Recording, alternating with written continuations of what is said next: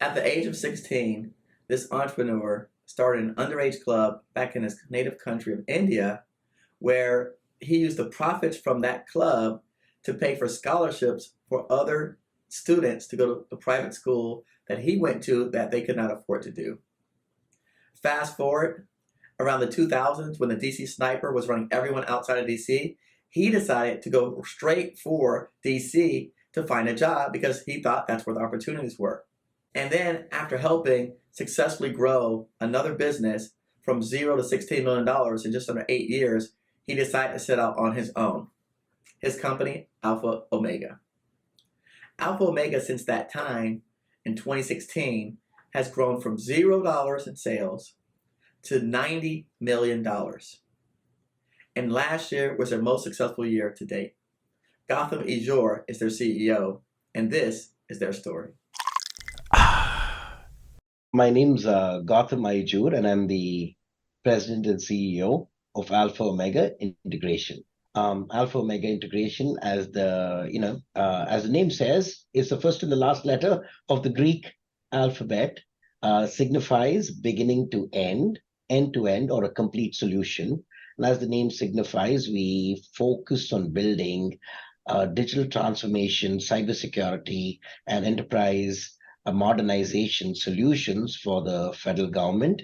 Unlike most companies our size in our space, we are more an inch wide and are trying to be a mile deep. This allows for that entanglement with our customers' mission. So we have less than a handful of customers, mainly the Department of State, Department of Homeland Security, Agriculture, and NOAA. Are our four main customers that we focus on, and we stay relentlessly disciplined to work with these customers. And there are, four things that we do: design and product management, DevSecOps and cloud engineering, cybersecurity, automation, AI, and AI ML, and platform automation. So right? AI is a hot topic now with ChatGPT. But I suspect you've been doing AI for quite some time. Absolutely. I mean, a lot of our base algorithms that run some of our AI customizations have been internally developed. So absolutely, Eric, we've been working on the AI ML front for quite some time. Okay, nice. Now, your company is still relatively young. I mean, you're a young company, and right when I talk to persons that from outside the government world, they bring up cybersecurity and they say it's a crowded space. How did you grow so quickly in such a short period of time? Great question, Eric. Just to tell you a little more, in August of 2016, we were virtually 0 million in revenue. We were virtually zero in revenue. 2016. August of 2016, yes. Okay. So actually last month, we crossed 140 million in revenue run rate. And I mean, we've been fortunate to have had a phenomenal and quick growth. And most importantly, this has very little to do with me, more to do with my leadership team. If there's anything that I help with, it's getting the right people on the bus. And Eric, sometimes getting the wrong, you know what I'm saying? Yeah. Some of the folks that help you get to a certain point may not be helpful getting you to where you want to go. And it's on you as the CEO to work with them and sometimes transition them out, transition them into careers that is a better fit for them. And we've done that effectively. That's really helped us get to where we wanted to go. Now, actually, I love that, by the way, that is something that a lot of small businesses and entrepreneurs struggle with, right? Is helping people. You start off, right? Mom and pop, because startup is right. Then you have mom and pop. You have less than 5 employees, and then 10 employees. And again, I know you had some background as being a COO. But how do you, because I like how you said transitioning people to different roles where they better fit. But I think for a lot of us, letting people go is really difficult, especially when they've been with us for a while. Good, another good question. So when I started the company, and the company was a business plan, one guy and a business plan in August 8th, 2016. The you look at yourself and figure out what your values are, and your values become the core values of the company. Eventually, the company grows, and you outgrow your values, and then you try to build your core values from the ground up with your leadership team, right? But initially, the core values of a company are your values, and one of the key values for us was accountability.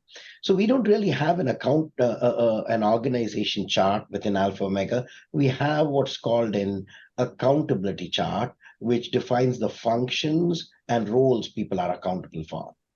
Now, Eric, when you clearly define an accountability chart with functions and roles people are accountable for, and you work to make sure that there is no overlapping accountability, you know exactly where the buck stops. Ultimately, it stops with you, the CEO. But still, if you're able to lead, manage, and hold your people accountable, that really gets you the traction that you need to get to where you want to go, right? And sometimes if you have maybe the wrong people in wrong seats, you try to move them to the right seats, and sometimes if they don't match your core values, they are generally the wrong people in your company. Right. No, that makes a lot of sense.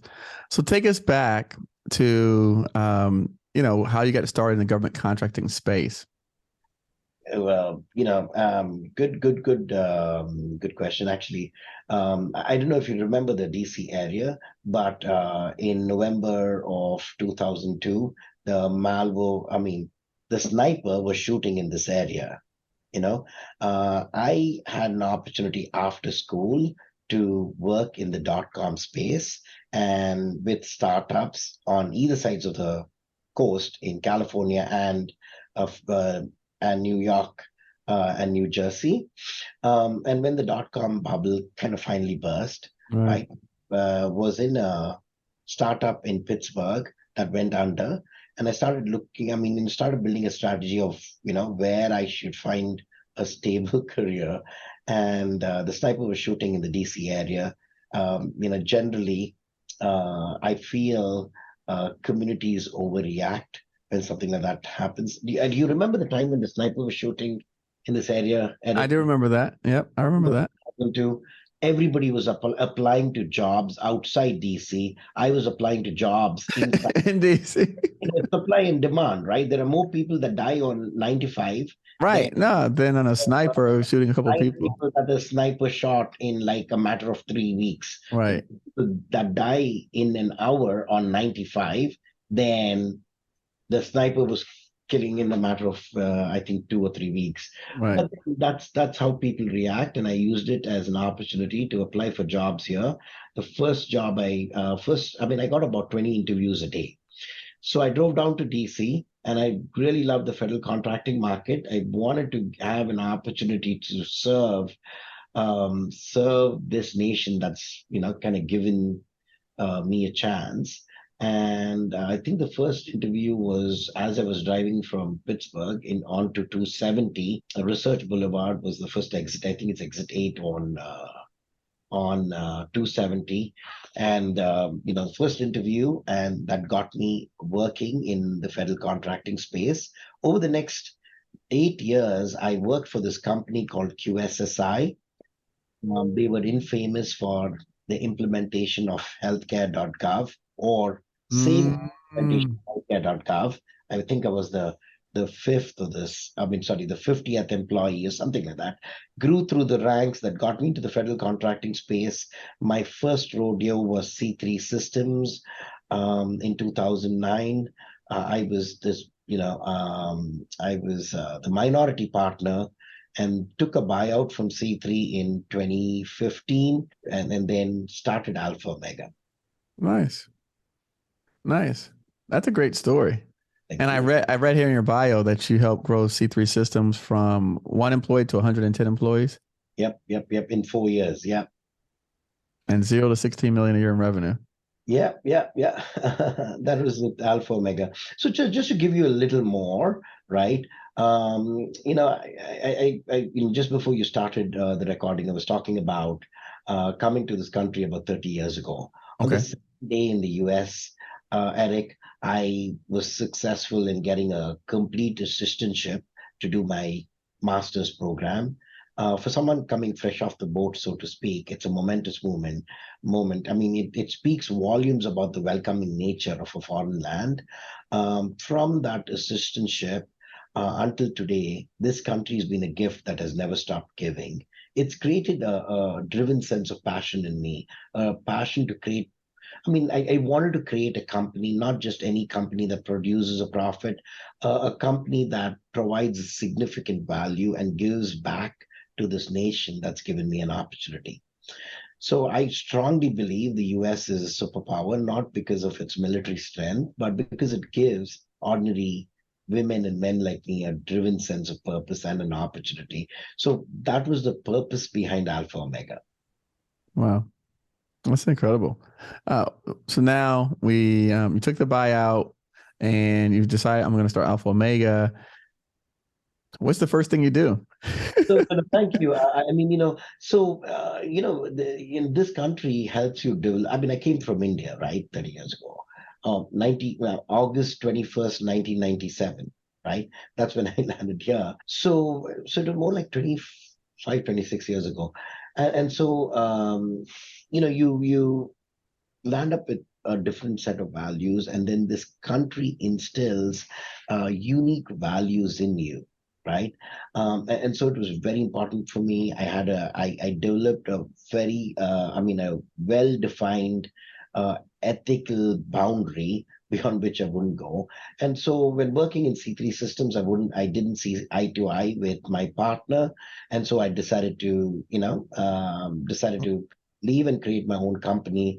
Not having deep pockets, I used a 7A loan. Eric, I don't know if you're familiar with it. Oh, yeah. Okay, there is the only loan available in the world, only uncollateralized loan available in the world is the 7A loan. It's guaranteed by the Small Business Administration, which makes it a great instrument for entrepreneurs to buy and start something, not from ground up, but from the first floor, right? So I used a 7A loan. I converted an earn out into a seller note, which was the equity injection to get this bank loan. So I literally used that money to buy a company that was about 14 million per year in revenue. Okay. The company was called Trust and Mission Solutions. And then I, brought the right people on the team. They did the rest and brought the company to where it is today. Wow.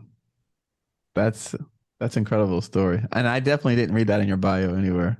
I mean, generally not advertised, but there are instruments that US citizens can get from the government that really helps entrepreneurship in the US. Yeah, no, that's incredible. Now, it seems like, so the company that you acquired, were they already focused in these areas, or did you make the decision to focus on these 4 core areas? Yeah, I mean, no, they generally were in IT services. The company's name was Trust and Mission Solutions. They were IT services. They were focusing in the small business administration, and it was some pretty interesting work that they did. And so we continued the work that they were working on. For example, you recall at the start of COVID when we had the PPP loans, Yes. 41 billion and 311 billion in PPP loans. These loans were processed through systems that TMS had built, and those that we had acquired and were maintaining for the Small Business Administration, right? Okay. And so They were focused on operation and maintenance and IT services of legacy infrastructure. And using their past performance, we were able to point them towards the areas that we wanted to focus on. Okay. And it all comes down to what's the mission and vision for your company, right? And I gave you this whole story of me founding Alpha Omega Integration. And Eric, again, please tell me if you feel that I'm, deviating from your question No, no, or no. yeah. So, it all, speaks about the mission and vision of the company that you're creating. I spoke about how I wanted to create a company that gave back to this nation. The mission of Alpha Omega is, and you might agree with this, is to ensure that to support federal agencies to ensure that our nation continues their global leadership. And where I'm coming from is, I have a six and and I don't want them to get into a world where the US is not a global leader. And the Mm, reason I say that is there are so many bad actors, and I'm not so sure anybody would control them like the US can. Think about Saudi Arabia, right, Russia, right. North Korea, Iran, and a whole suite of other countries, China. I would never like to see a world that any of these rogue nations land up being in a leadership position. And the best way you can ensure that is by making sure the US stays a global leader. And I feel that every employee in Alpha Omega feels strongly about our mission. And I and a number of them get up every morning, and we have that energy to kind of come into work, or get down to your basement because everybody's working remotely, to get cranking. What was the name of the company that you purchased? Threat Security? It's called Trusted Mission Solutions, Oh, the name trusted. of the company that we acquired. Yeah. Nice. Speaking of that, everyone's working remotely. How are you dealing with that? Actually, fantastic, and I'll explain. So, with the start of COVID, overnight we, really overnight we transformed the organization to support people working from home. We have some TS cleared contracts and so on and so forth. But after we acquired the company we did in 2016, the one of the first things we did is move infrastructure that was running out of a rack space, server, etc., in the closet here to the cloud. So we first disrupted ourselves by moving all our infrastructure onto the cloud. It was one of the best things that my CTO and partner had done in trying to make us, modernize us before we can modernize the customers. It came in handy when March 12th, 2020, when the government shut down and folks could seamlessly work from home. In fact, they provided better productivity and effectiveness than we did when we were going into work, because you spend, an hour and a half in the metro area getting to work. We came up with a policy that we would never mandate our employees to come into work, right? Only because we wanted to keep them safe initially. And as time passed, we felt it was a better addition to our culture, and the way we want to work. When you develop an accountability chart like the one I was talking about, it keeps people accountable for functions and roles that help effective productivity. One of our core values is harmony. It's maintaining work-life balance, not only with family and personal and professional work, but also with personal enrichment and giving back to communities. And if you want to live true to that core value, you want to have your employees spend adequate time with their families, feel recuperated, and so on and so forth, right? And all answers to the question, well, how are we coping up with remote work? When we made these changes and we told our employees we care, right? I think it did better than how some of my colleagues or some of my peer companies are doing with this remote work. We didn't really get affected by the Great Resignation. Our attrition rates were some of the lowest, right? And the way we calculate attrition is even involuntary resignations are included in our attrition rate. Some of the people that we didn't feel were a good fit that we transitioned out were included in our attrition rate. Wow. Even with that included, our attrition rates were one of the lowest in the industry. I think attrition is necessary because you really want to bring the best and the brightest at every time. But having low attrition rates are important, and that helped. And because of work surge during COVID, we had more people coming into the company. Then we did one interesting thing. What we decided to do is because we wanted to make sure that this social distancing does not result in an emotional estrangement, right? We decided to just, I mean, if there are simple rules, if there are less than 9 people on a Zoom call or a MS Teams call, we just asked everybody to keep their videos on. It really increases engagement. Then we started bringing in lunch on Wednesdays and invited all our employees in the DC area to come in for lunch if they wanted to. They just had to RSVP.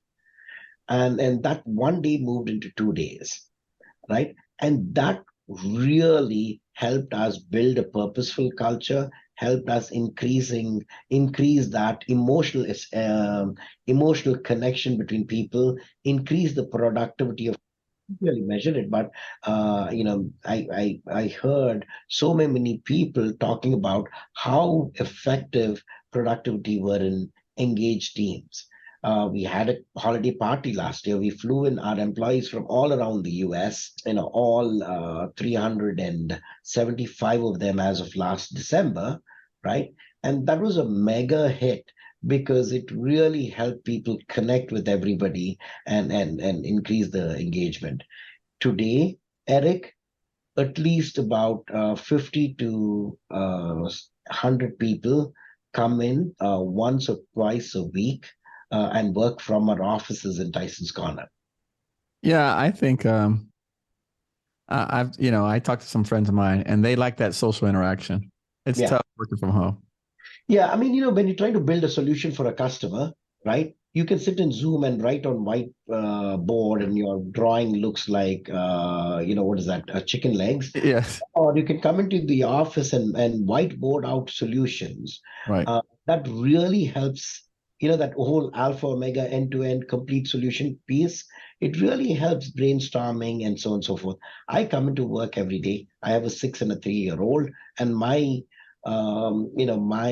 understanding of harmony is working from the office, because even when we were shut down, because my kids can be something. I would imagine, right? It's like when they used to have bring your kids to work day. Yeah. I remember those days, and the kids were all over the place. Yep. They're all over the place. So now let's talk about one thing that when you start the business that was hard, that is still hard today. That's a fantastic question. Either the most difficult, thing. So when we started the business, right, as I told you, we acquired a very small company and kind of grew it. So, when in the federal contracting space, when businesses are at early stages of evolution, the only thing that they're focused on is growth, right? Because we wanted to build a company that provides a significant value and gives back to the nation.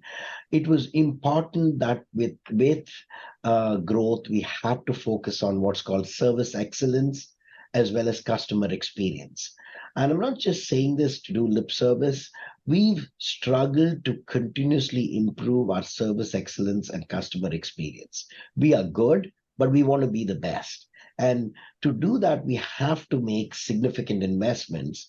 And sometimes when people come into the company and they see the amount of effort and investments we make to improve service excellence, as well as the customer experience, us getting the CMMI ML5 maturity level 5, both in the development as well as services model, they kind of question us going overboard. And all I have to tell them is it's a continuous journey. We want to be the best in service excellence. We want to be the best in customer experience.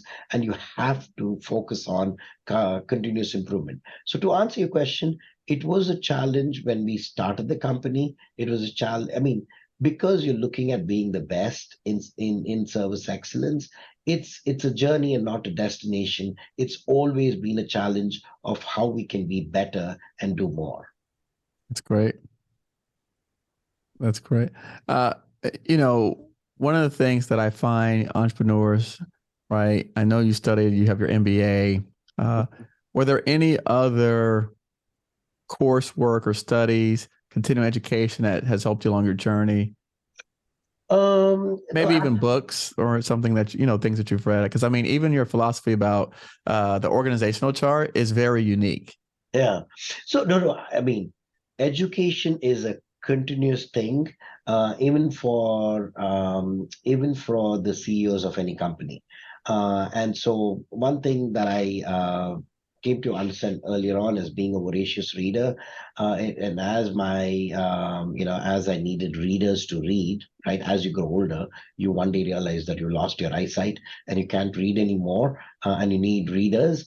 I've started, I kind of transitioned to Audible. Now I kind of listen to books, and I run through at least a handful of books every quarter. And sometimes I reread some of the books I've read.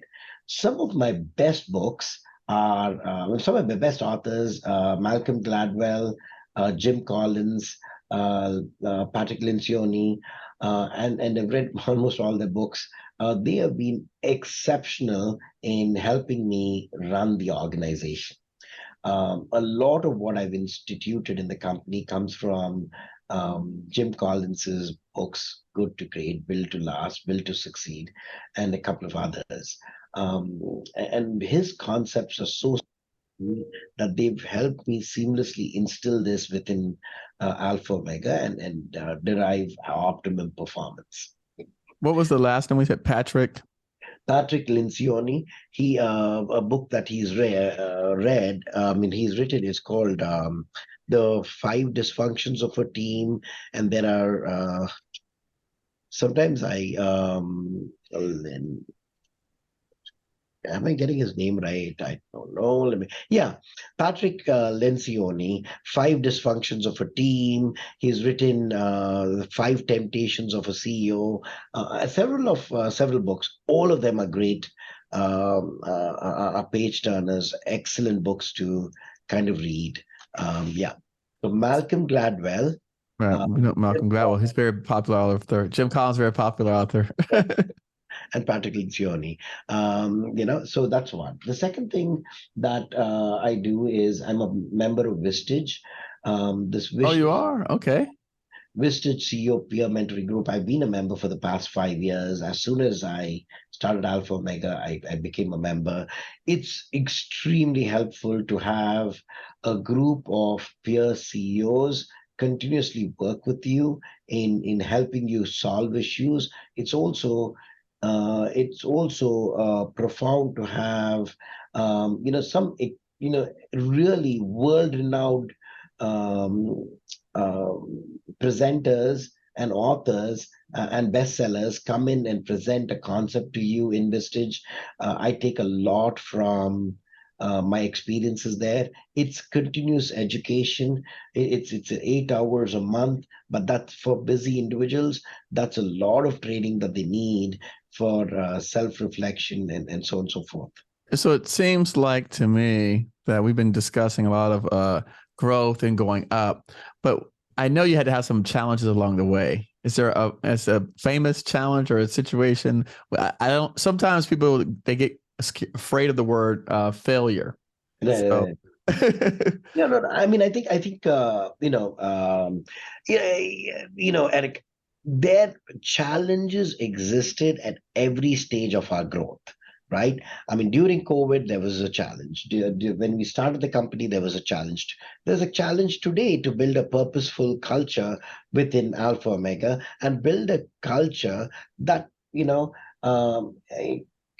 culture that is not kind of that is not open to continuous improvement at times. So these things always pose a challenge. There are, I don't know if you've seen Alpha Omega's logo, Eric, but if you look at the logo, right, it looks like a keyhole. It's meant to indicate that you could, Yes. open the door to a world of possibilities. And our tagline is create new possibilities. The point, yeah, thank you. So it looks like a keyhole. So you open the door to a world of possibilities, and therefore a tagline is creating new possibilities. The point that I wanted to say is we face challenges, but what we do is to address those challenges, we continuously work on creating new possibilities, and that's just been extremely helpful for Alpha Omega. Nice. Talk to me about the future of Alpha Omega. I see on your website recently you entered into a joint venture agreement with another entity. Yes. So um, 2022 was a transformational year for Alpha Omega, and it was a transformational year for three major reasons. One, um, we won. We all ended the year close to 90 million in revenue. That was a 50% cumulative aggregate growth rate from the year before. That was huge. We brought in close to 250 people into the company. There was a surge in talent. Again, you were asking about the challenges that we face. So let me segue a little bit. See, when COVID happened, one of the challenges was, kind of implementing a talent factory, going into university. I mean, finding good talent to help you. And when you grow very quickly, that becomes a challenge. How did we address it? We got a good talent acquisition team that uses COVID, the limitation posed by COVID, as an opportunity to go out of the metropolitan areas to the areas that are less serviced or less, that are less populated, to community colleges in this area and hire the best and the brightest, put them through rigorous training, and then on to our federal contracts to build systems and so on and so forth. So I'm just giving that as an example and as a segue.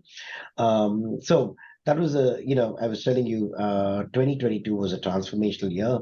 I spoke about the revenue we ended it at, and there was a surge in talent. There was also an increase in our recompete win rate. Now, that's a very important thing.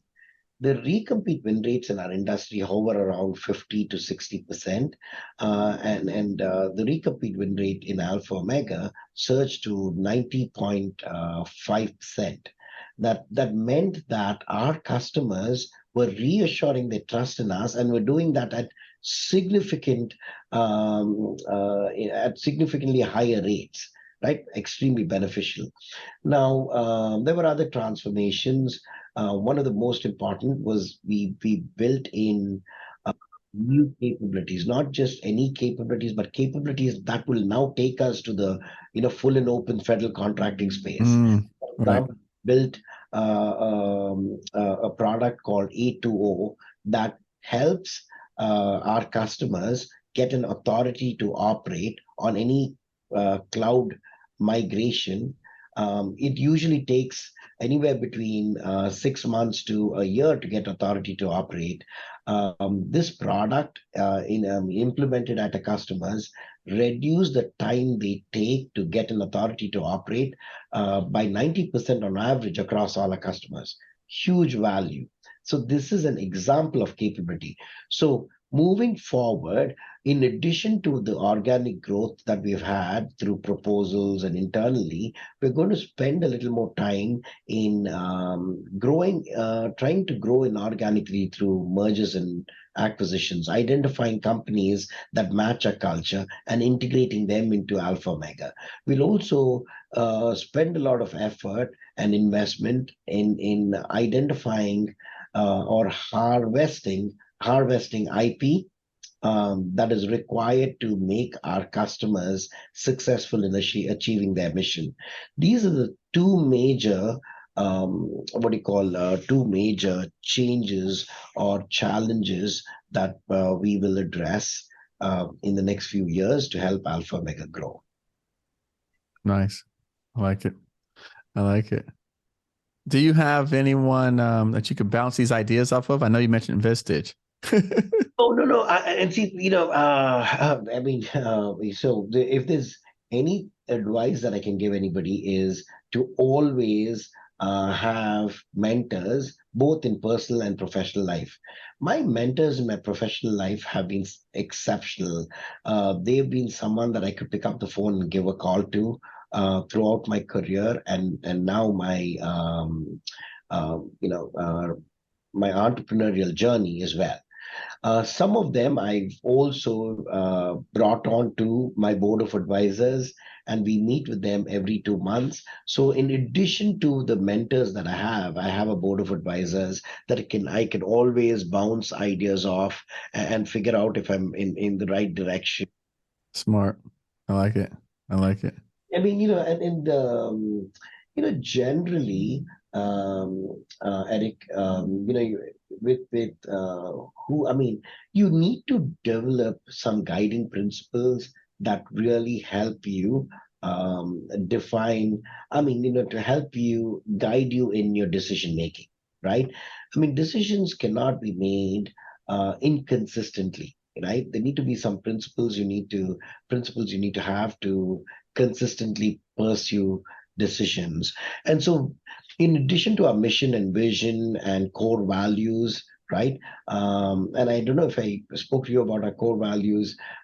In the word heart could be used as an acrostic reminder of our core values, where H stands for harmony, E stands for engagement, A for accountability, R for resourcefulness, T for tenacity.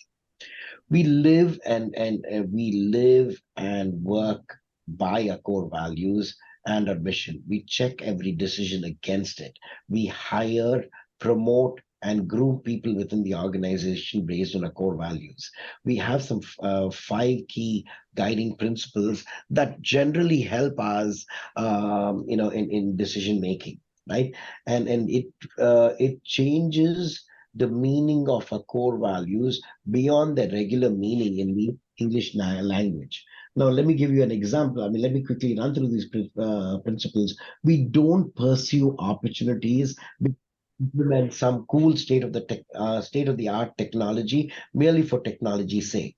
We use technology as an enabler of our customers' mission.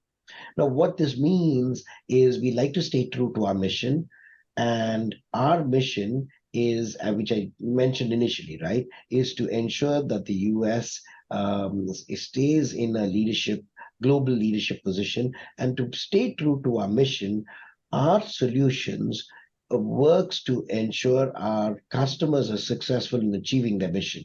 Yes, we have a small list of customers, and we work on trying to keep them consistent on working towards the mission. Now, another guiding principle, for example, on every opportunity to engage with our customers, we ask ourselves, what is the mission of the agency, followed by what value, business domain wise, we bring to that opportunity that is tied to the customer mission. Right now, most against popular belief, right? Not every problem can be solved by using technology, and that's what we believe as well, and that's what this principle kind of highlights. We believe that to provide the best value for your customers, you have to have an exceptional understanding of their mission. right? The third principle is we are a company that does what our customers need to do and not necessarily what our customers ask us to do. It doesn't mean that we rebel against our customers. What this principle says is most customers ask you to work on symptoms of a problem. Alpha Omega focuses on truly understanding the mission and providing a long-term solution. And sometimes it may mean that we say no to a customer and propose something that is more effective and long-term. A fourth principle is, we are not really a butts and seats vendor. We don't want to be a butts and seats vendor. The world of federal contracting asks you to be a brains and seats kind of vendor, and they believe your staff. I mean, generally they believe in incumbency. So we're not a company that transitions incumbents when we win a new contract, only to provide a slightly better level of service. We like Right. to invest in the careers of our employees and ensure that a job in Alpha Omega goes beyond a mere paycheck and is not merely associated with the law with a contract, but a long-term career opportunity. So these are the principles that make us slightly different, and these principles help us in our decision making. Can you repeat what HEART stands for again? Acronym? Thank you. Firstly, again, it starts from our logo, right?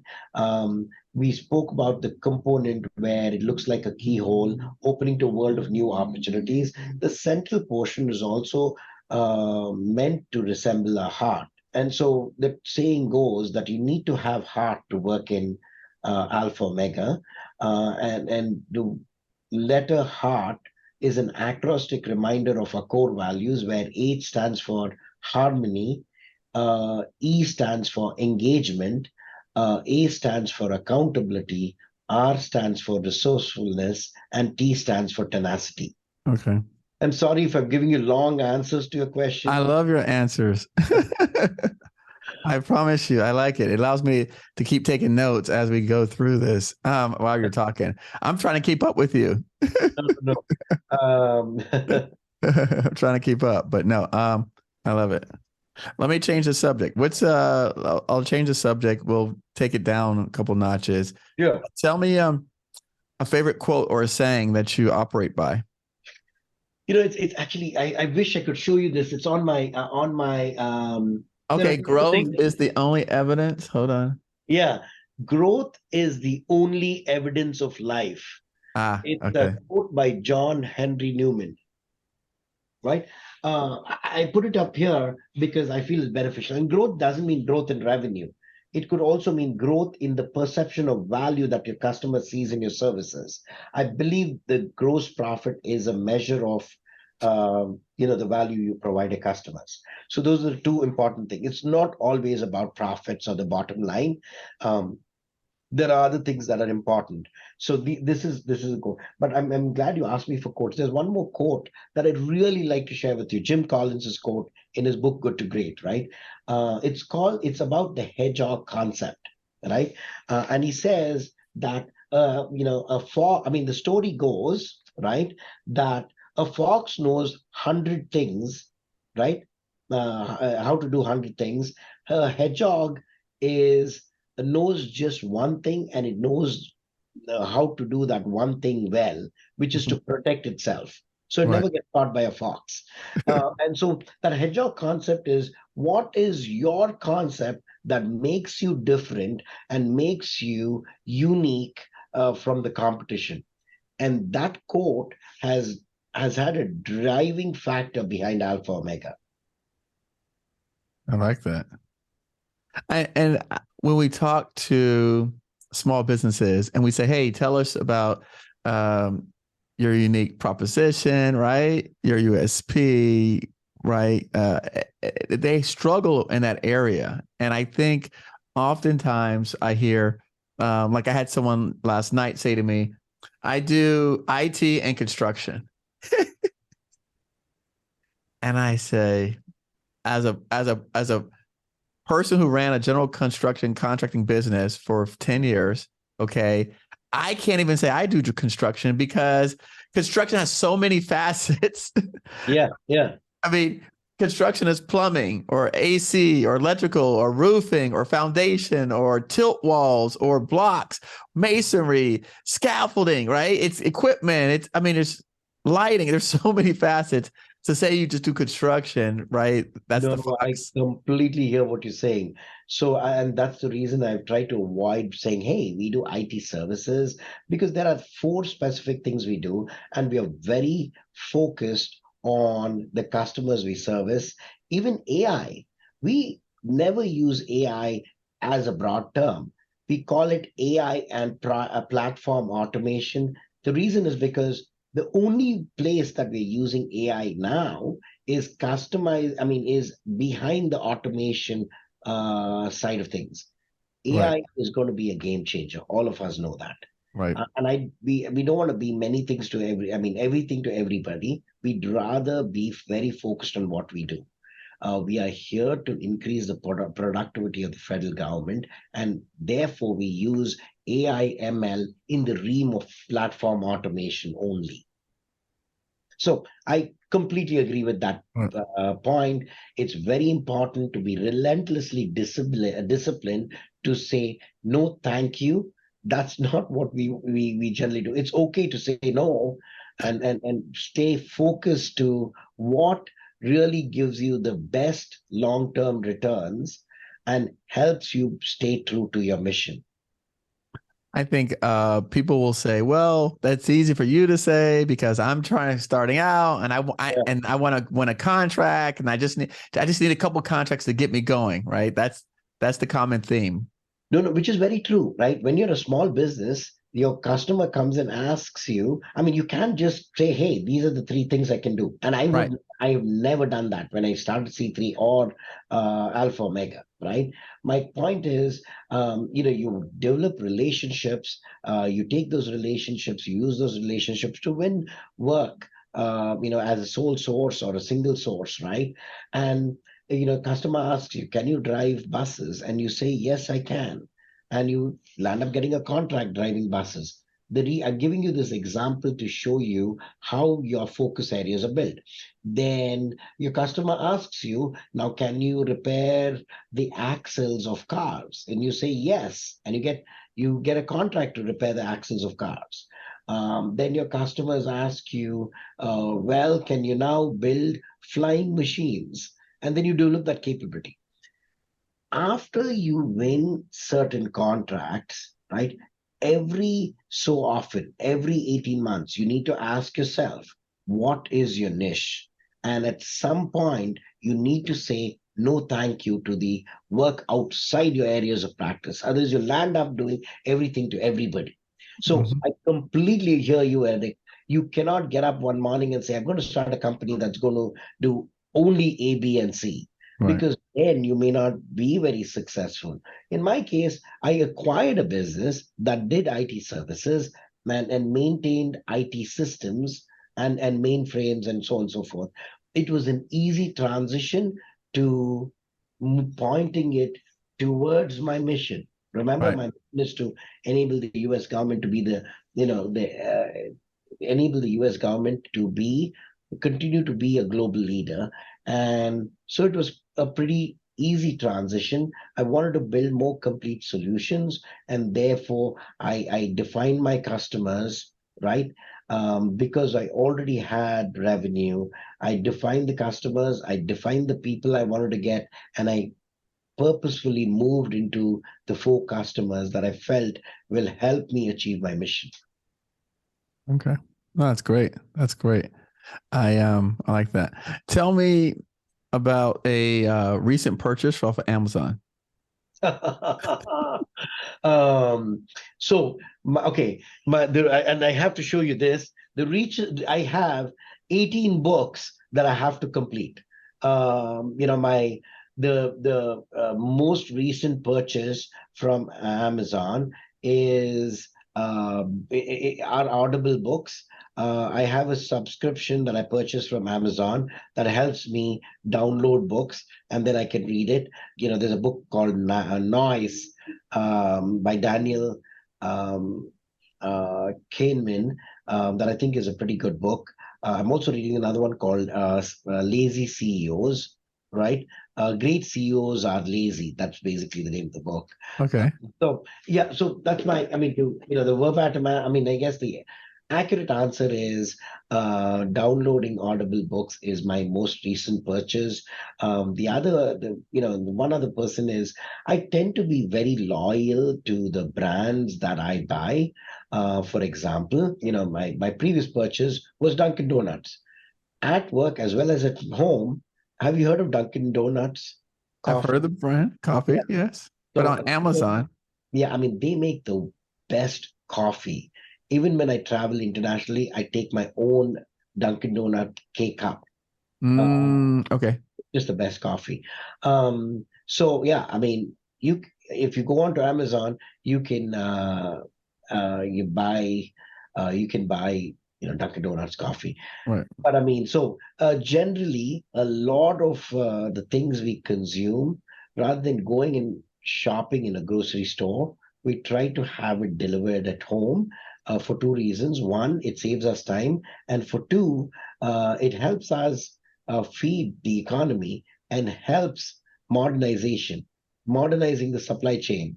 These days, again, our groceries come from Amazon because Amazon also owns great food. What Right. is it? Whole food. Right. Whole foods are healthy food, and so we have brought it down to science.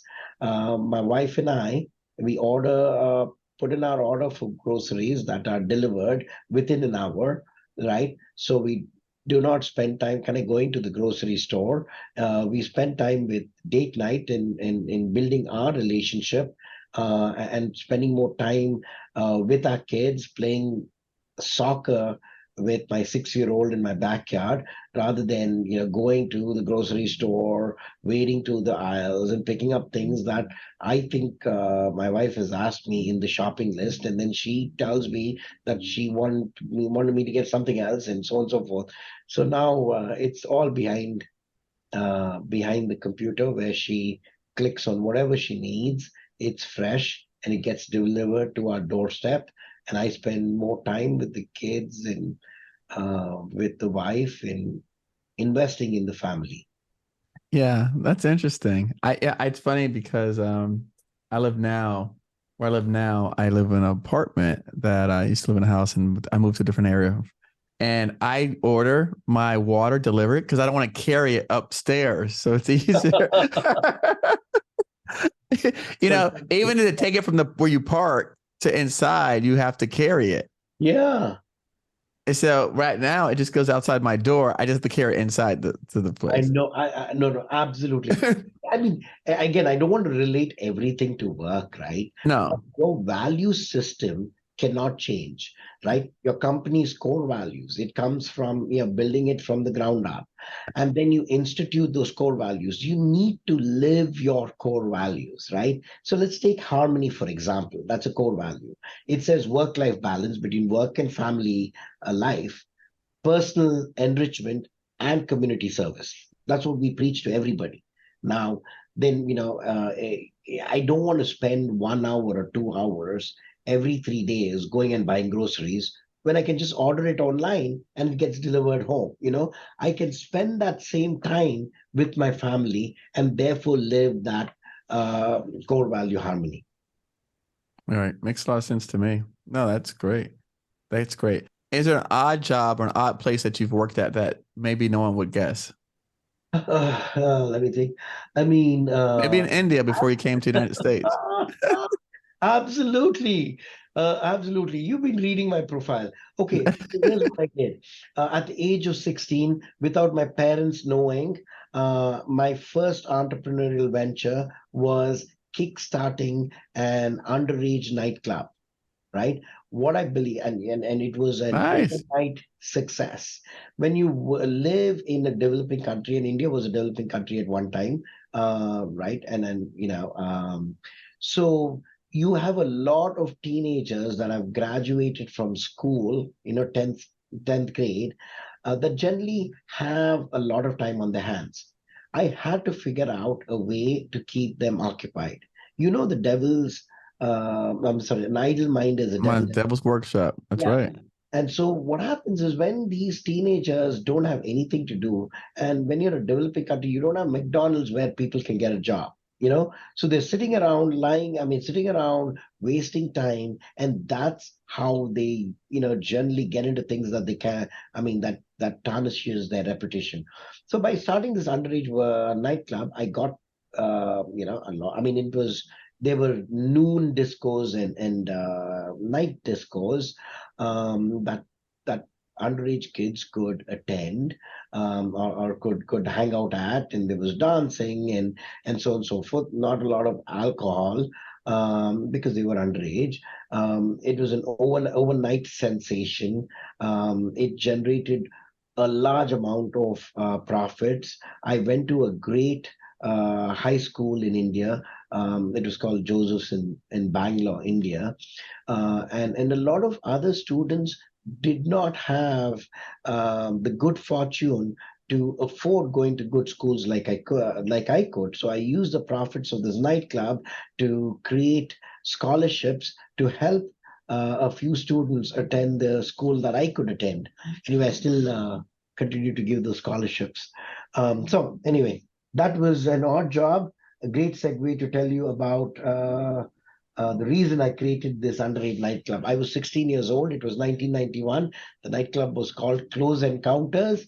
It was in this restaurant called Three Aces in Bangalore. Wow. That is a great story. And the fact that you actually took the money and used it to give scholarships to other kids, Yep. There that are. that doesn't seem normal. I guess there's good karma. It helps you. I mean, then there are, it helps you in your entrepreneurial journey. Wow. And so you said you continue to give out those scholarships today. I continue to sponsor students to go to my high school in India, even now. Yeah, again, a lot of my giving back to charity is focused in the US. I believe charity starts at home. Washington, D.C., and the US is home. A lot of our charity, giving back to charities, and related work is targeting charities in the US, but I also continue to sponsor a couple of students to go to my high school in India. Wow. Nice. Well, we are approaching the time, and I was going to be respectful. So if you'd like to close it out with some parting words for aspiring entrepreneurs and future government contracting business owners, that'd be wonderful.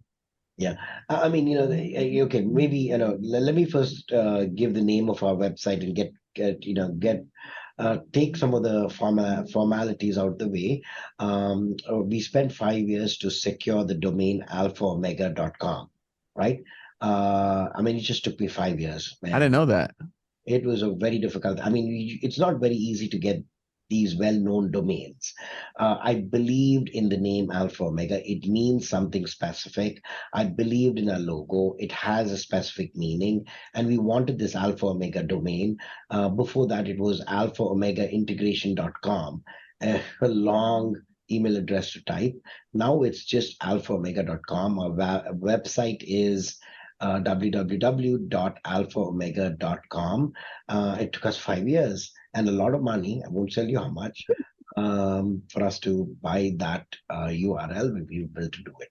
My advice to entrepreneurs is do some soul searching, see what you're passionate about, and work towards your passion. Your business will succeed seamlessly. My passion was to give back to this nation that has given me an opportunity, and therefore to create a company that provides some significant value, right? And therefore it was a seamless seamless journey getting to this point. And so that's the advice I would leave for any entrepreneur, is to identify their passion. Wow. And Thank keep you. it real. And keep what? And keep it real. All right. Keep it real. I like that. Yeah. Keeping it real is important. I like that. That's incredible. Well, I tell you, I'm very thrilled to learn of your success. I enjoy hearing these stories and being able to share them with others. It gives people hope, right? And encourages them that, like you said earlier in the beginning of the conversation, that this opportunities exist for all of us out here, right? And for you to come to this country, like you said, go through Y2K, as we called it, then go through the DC sniper, right? And then survive COVID, right? And then come on the other end unscathed. So, no, that's a lot. That's a testament to what's possible for all of us out here. And I understand completely. It's surprising though that you mentioned the Jim Collins books, which they're fabulous. But again, it's some of the those are some of the older books, right? Those are some of the classics. And so to hear that people are still referencing them is really says a lot. I mean, they are some of the classics. No, I completely agree with you. There's one more book that I have to tell everyone. It's called The Discipline of Market Leaders. It's one of the best books that govern the creation of Alpha Omega. It's not a new book, but every time I read it, it means something entirely different. It's written by Michael Tracy and Fred Viersima. It's an exceptional book that really teaches you a lot about business and leadership. Discipline of Market Leaders. Discipline of Market Leaders. I can, if I can show you a screenshot if I'm able to share. Yeah, let me share my screen if you don't mind. Yes, that's where it is. Can you see it? That's it, almost. Yeah, Discipline of Market Leaders. And since we're at this, okay, yeah, just one very quick minute. I've never heard of that book before. Oh, really? You have to read it. I've never heard of that book before. It's one of the best books. Now, the other recommendation, you can see my screen, can you? Yes, I can see it. So the other recommendation I have, what makes us different, is we have an operating system that we operate the business in. And that operating system is based on something called EOS, Entrepreneurial Operating System. There are books, there are 3 books, right? There are 3 out of the 7 books that are available in EOS that you must read. Traction, Get a Grip on Your Business. Then there is Get a Grip, how to get everything you want from your entrepreneurial business. And then there is another one called Rocket Fuel, this one. These are 3 that are must reads that will teach you about EOS. EOS is a great system to implement in your business. It's a simple system. It's not easy to implement. So anyway, I'll leave you with that thought, Eric. Thank you so much for the time. And thank you. Anything else? Yes, no, listen, thank you for coming on today. And I thank you for your time and sharing your story with us. We've definitely appreciate having you on here. I know it took us a couple runs to get it right, but that's okay. It was definitely well worth it. And you were going to show me something that's outside of your window. Yes. So I told you that Alpha Omega is in Tyson's Corner, right? That's yes. where the office is. So if you look, I mean, I don't know if you can see the background. I can see it. CIA communications tower. That is one communications tower that has always stayed here in Tyson's Corner in Northern Virginia. I saw it in 1996 when I was kind of visiting the area. It still stands there today with all the development in the background and the high rises. You can see the tower hasn't changed. That's great. Well, hey, now you're getting closer to the tower. Before you're just observing it, now you can see it out your back window. So, absolutely. Well, much continued success to you. Thank you so much, as always. And everything that we talked about, the books will all be linked to your bio when we post this content and we share it with everyone. I really appreciate it, Eric. Thank you so much.